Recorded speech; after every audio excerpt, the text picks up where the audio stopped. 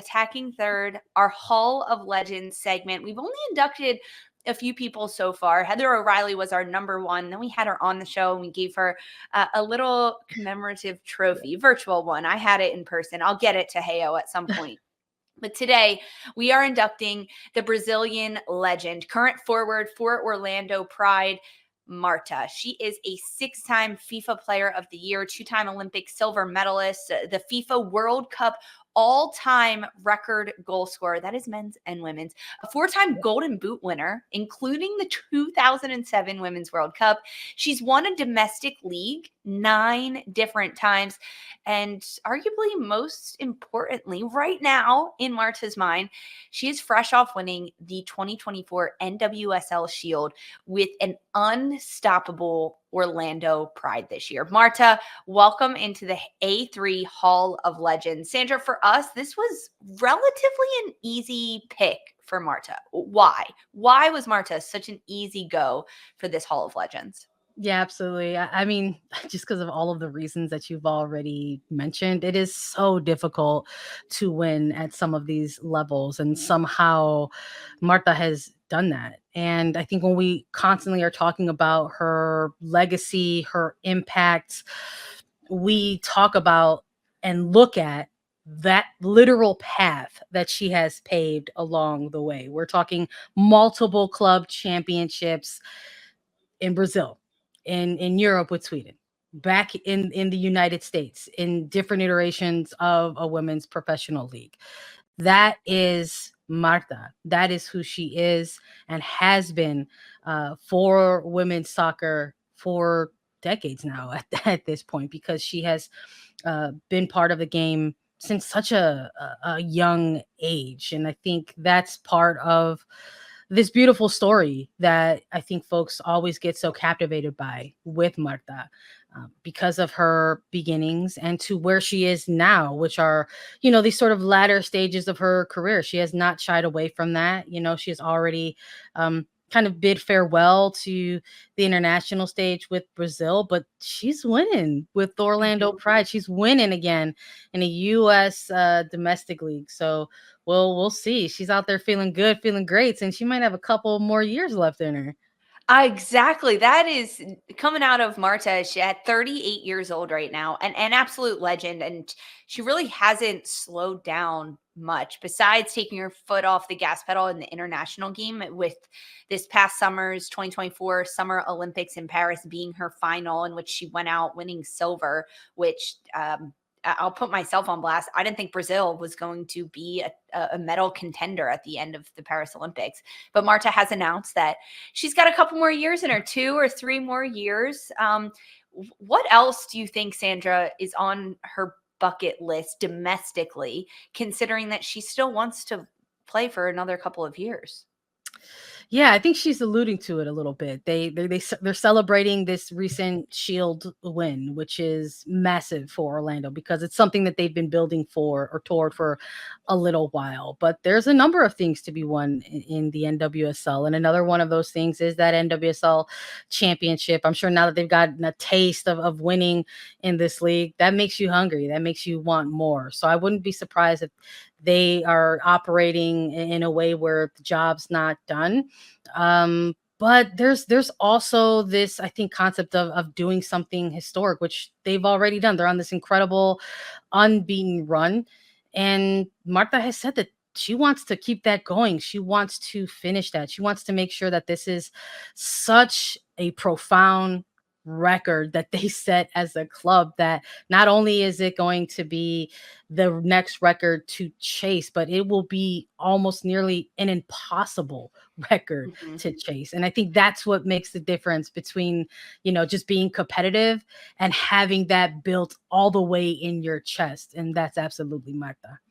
In 2017, Marta signed with Orlando Pride. Since then, she really hasn't looked back. But domestically in the United States, Marta played in all 3 seasons of the WPS, and she led the league in goals every single year, all 3 of those years, playing in the championship finals, all 3 of those years as well, winning 2 of them. Then in 2012, she returned to Sweden to play domestically.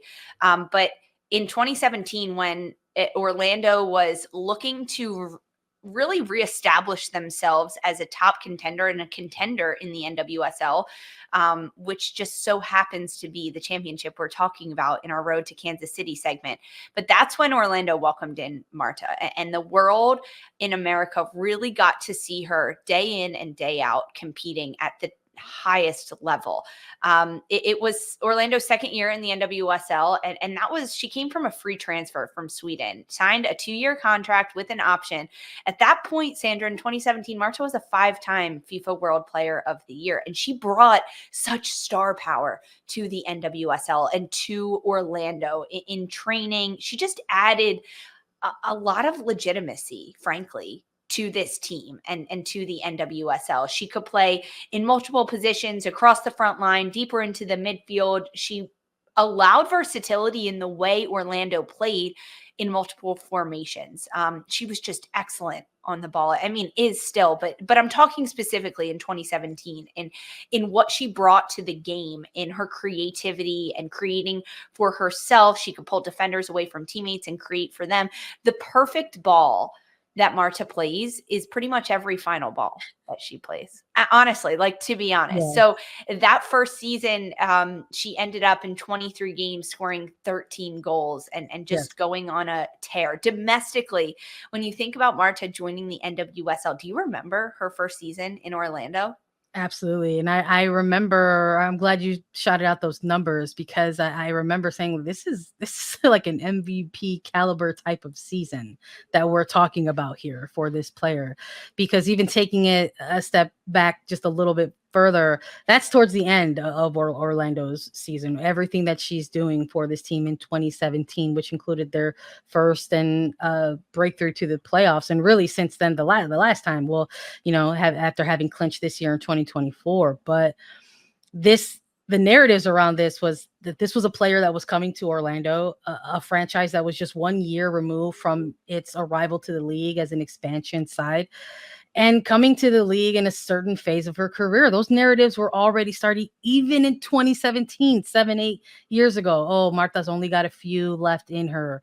She's coming to the NWSL to be closer, to be back in this side of the globe, in this hemisphere. Close out her career, doing it in Florida, in Orlando, where there's well, we know now a big Brazilian population in Florida. Like, she's going to be here. She's going to have some comforts, and we get to see this legend of the game kind of close out her career in NWSL. But then she gets here and she goes on this incredible run with the Pride, to the point where it helps elevate their profile in the league and gets them to break through to a playoff spot, a semifinal, just in their second year of existence in the league. So there was a bit of like smashing of narratives along the way for Marta in this first season with Orlando as well. Internationally too, I mean, we would be remiss if we didn't talk about Marta at the international level, and with Brazil. She played in her first World Cup in 2007. She was just 21 years old, and at the end of that World Cup, she walked away with the golden ball, excuse me, as the top individual scorer. And she had 7 goals as the golden boot. Like, she was a player that immediately burst onto the scene and made a difference. And watching that 2007 World Cup, when in the semifinal, Brazil took on the United States. Ultimately, Brazil went 4-0 over the U.S. And Marta has a brace in that one. And her second goal in the brace in that semifinal, Sandra, is arguably one of the best goals that she has scored, which is crazy. So Marta receives the ball in the wide area and she volleys it over the U.S. defender. Then she completely jukes out the defender. It's Kat Whitehill. Sorry, Kat. The defender for the U.S. And Kat hits the ground, breaks ankles, and then she just nonchalantly scores the goal past Bryce Curry. So it is crazy to think about, at 21 years old, the lengths and the leaps and the bounds that Marta was playing over the people around her. Ultimately, Brazil lost in that gold medal match, or in the final, 2-0 to Germany of that World Cup. But then in the 2008 Olympics, Marta went on another tear, and she wins silver in that one. And to tap it all off at the end of her career internationally.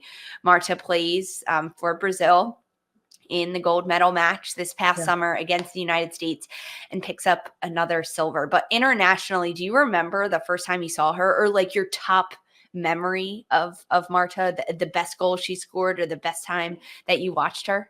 Yeah, I would say those early World Cup appearances, maybe even I'm thinking of that 2007 World Cup run for that Brazilian squad, who unfortunately went up just against a powerhouse, right, in Germany. But this was part of that legacy building for Marta. Like we see in real time in the early odds, like Brazil become a little bit of perhaps maybe an underrated rival for the United States women's national team, right? There's a lot of chatter constantly about how, Canada's the CONCACAF rival for USA. And we talk a little bit about how Japan became a rival because of these meetings on the international stages. But, I would also argue that includes Brazil in some capacity. And so that's what I remember. She becomes this menace, this absolute player to be feared. And the fact that she was so young, there also was a layer of like, oh no, they're going to have to deal with this menace for years and years and cycles. And that becomes true. It's part of what makes her so special. And I know there's going to be those types of debate, those sports debates about how can you name someone a GOAT when maybe they haven't won something on that international level. But, Olympic silver medals are nothing to balk at.